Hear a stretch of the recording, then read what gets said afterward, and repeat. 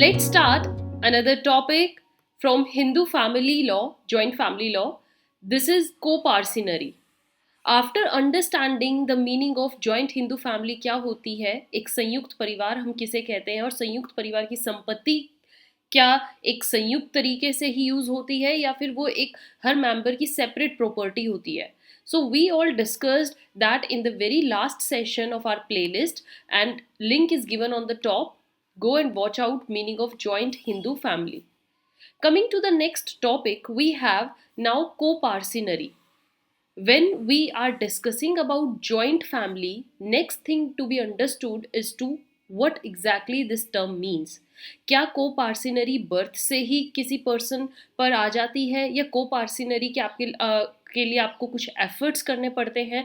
co-parcenary से एक person को क्या राइट मिलता है? co-parcenary कौन कौन को पार्सनर हम किस किस को बोलते हैं एक फैमिली में?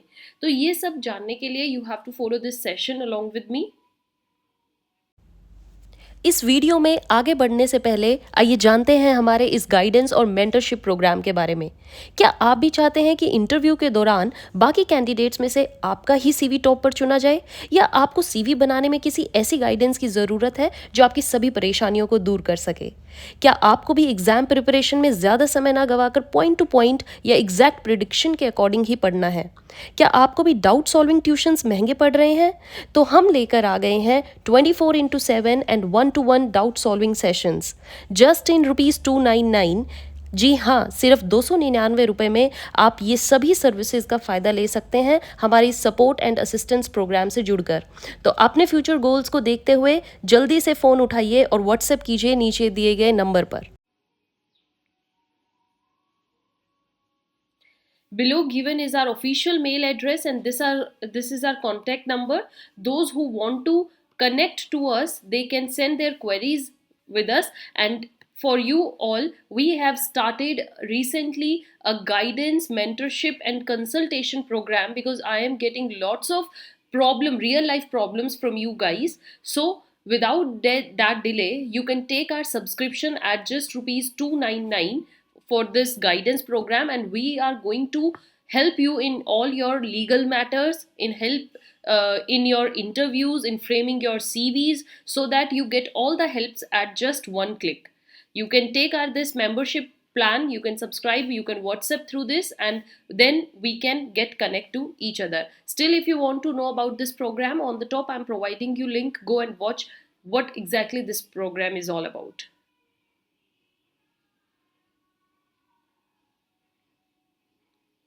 Coming back to this topic for today, coparcenary. देखिए हिंदू फैमिली में क्या होता है, जो ये को पार्सिनरी होती है ये एक जॉइंट फैमिली की तरह बिग बॉडी नहीं है. इट्स मच नैरोअर बॉडी अगर हम जॉइंट हिंदू फैमिली से देखें. फॉर एग्जाम्पल, एक जॉइंट हिंदू फैमिली में if we have all in 25 members, तो 25 मेंबर्स के ही 25 मेंबर्स को पार्टनर नहीं होते हैं. क्या पता उनमें से जस्ट 5 या 6 मेंबर्स को पार्टनर हो, right. So we have to see कि कितनी लाइन तक कितने एक डिसेंडेंट लाइन में कितने को पार्टनर हो सकते हैं और कितने लोग उस को पार्टनरी में इंक्लूड होते हैं. That we will cover.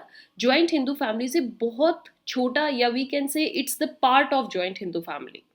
Next thing, that Hindu co-parcenary includes only those persons who acquire by birth and interest in the joint या फिर co-parcenary property. जिस मेंबर ने उस फैमिली में बर्थ लिया है और उसका इंटरेस्ट आ चुका है वही को पार्टनर कहलाता है. दिस बीइंग द उस परिवार के वो सन हो सकते हैं, ग्रैंडसन्स हो सकते हैं, ग्रेट ग्रैंडसन्स भी हो सकते हैं. मीन्स आपके बेटे, उनके आगे बेटे मीन्स आपके पोते, या फिर उनके पड़पोता. So this is a line of a joint Hindu family और ये सब को पार्टनर बन सकते हैं. बट अगर अभी आपने ये टर्म मेरे साथ समझी हो, ये पूरी लाइन, इसमें we are just talking about the male members, है ना. मेल मेंबर्स की बात हो रही है, सन की, ग्रैंड सन्स की, ग्रेट ग्रैंड सन्स की. We are not talking about ladies means daughters, their daughters, granddaughters. We are not talking about this. So क्या था,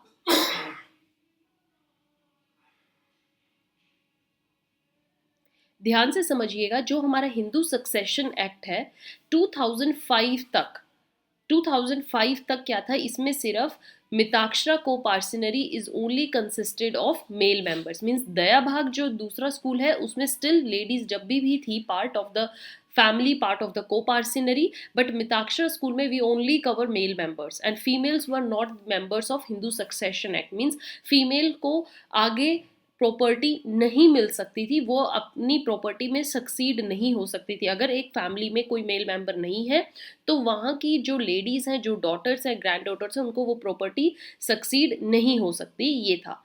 but after coming this Hindu succession act amendment act 2005 में एक बहुत ही major amendment आई and that was a, we can say, real change if we see with point of view changing environment, changing society, ये ज़रूरी था एक अमेंडमेंट लाना इस एक्ट में। और इस अमेंडमेंट के बाद मीन्स 2005 के बाद this section 6 of Hindu succession act substitute किया गया और इसमें डॉटर्स को भी मिताक्षरा को पार्सनर का हक दिया गया। Means now daughter can also take the property from their father, they are being equally standing right of their sons. Means अगर एक फादर के सन और डॉटर है then they both have equal right to succeed the property, they both have equal, they can share equal parts in the property of their father. So that was a great change made through this act and in this a co-partner in her own right वो same manner जैसे सन को एक हक मिलता है property में, वो daughter को भी मिल गया था। After then, doctrine of co-parcenary applies only with respect to ancestral and not self-acquired property. This is also very important. Co-parcenary का मतलब है कि वो प्रॉपर्टी जो आपके ancestor से आपको पास हुई है, मीन्स आपकी फैमिली प्रॉपर्टी है। सपोज एक फैमिली है, he is the head of the family, he has now 4 son like A B C D। तो जो ये हेड ऑफ द फैमिली है, इनकी जो प्रॉपर्टी है वो प्रॉपर्टी इन सन्स में पास हुई है इक्वली एंड वही प्रॉपर्टी फिर लेटर इनके ग्रैंड सन्स में पास होएगी। सपोज ए ने अपनी सेल्फ प्रॉपर्टी कुछ अपने मेहनत के पैसों से एक्वायर करी है कहीं पर, तो उन्होंने फॉर एग्जांपल 2 एकर्स प्रॉपर्टी अपने नाम खरीदी है, प्राइवेट खरीदी है, means through his self acquired property. तो ये इस प्रॉपर्टी पर इन रेस्ट ब्रदर्स का कोई हक नहीं है, they have just the right on the ancestor property and not on self acquired property. I hope you understood this point.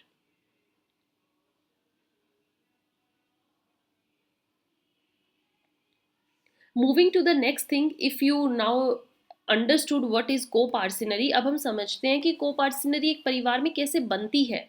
एक संयुक्त परिवार में अगर हम देखें तो को पार्सिनरी के क्या रूल्स हैं, कितनी पीढ़ियां, और we can say how many, we can say lineal descendants can come in these lines, how many degrees can cover this property. So the conception of joint Hindu family constituting a co-parcenary is that of a common male ancestor. Means आपके जो common male ancestor है, suppose here they are common, they have their this father और इनसे ये 2 बच्चे हैं, तो इनकी आगे को पार्सिनरी प्रॉपर्टी यूज होती है with his lineal descendants in male line within 4 degrees, 4 degrees तक। मीन्स फर्स्ट ये 4 डिग्रीज में वो भी इंक्लूड होते हैं from an inclusive of such an ancestor.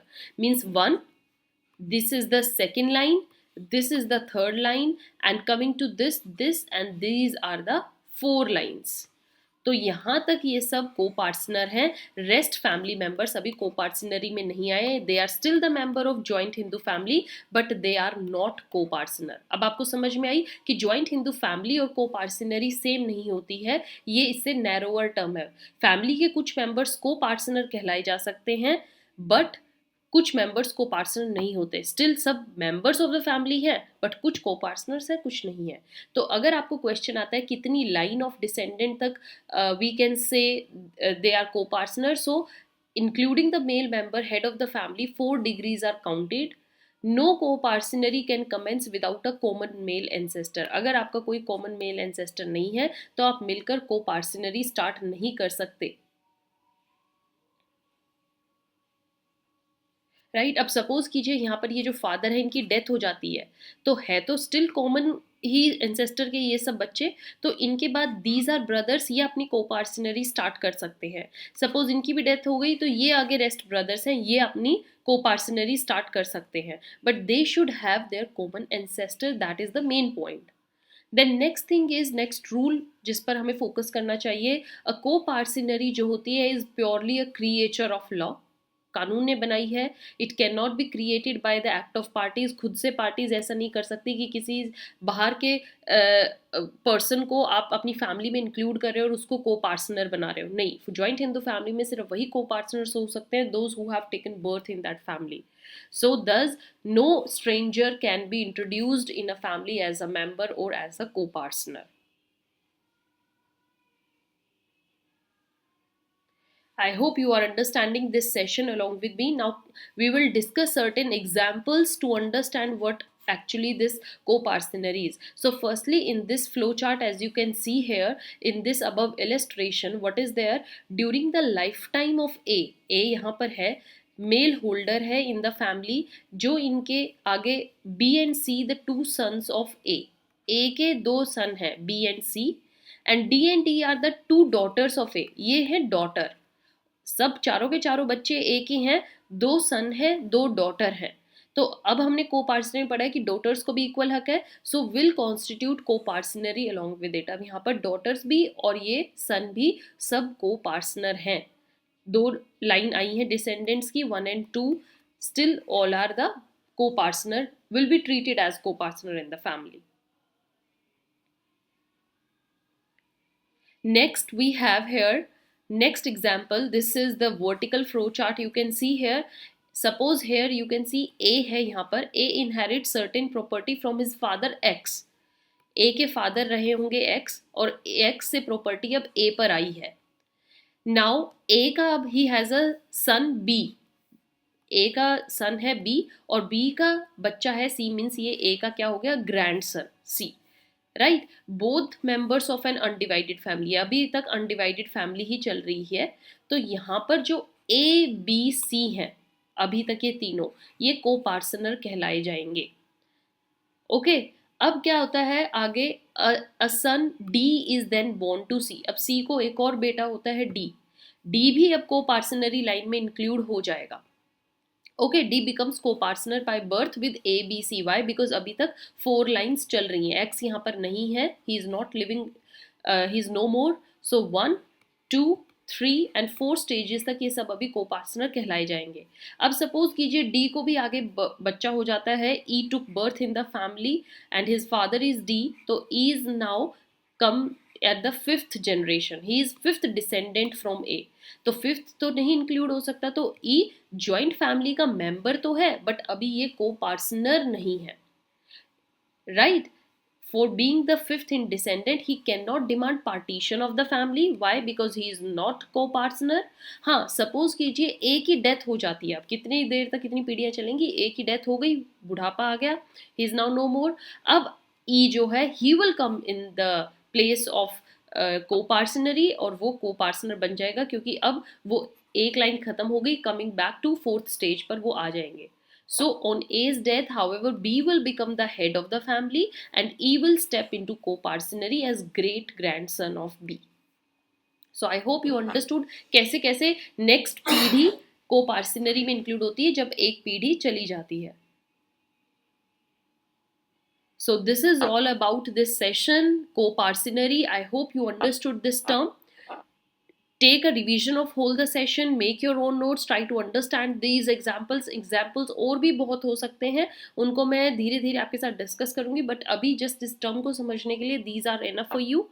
Keep revising, keep learning, keep sharing. Don't forget to subscribe if you have not yet subscribed this channel. These are the ways to connect with us. Have a nice day. Thank you.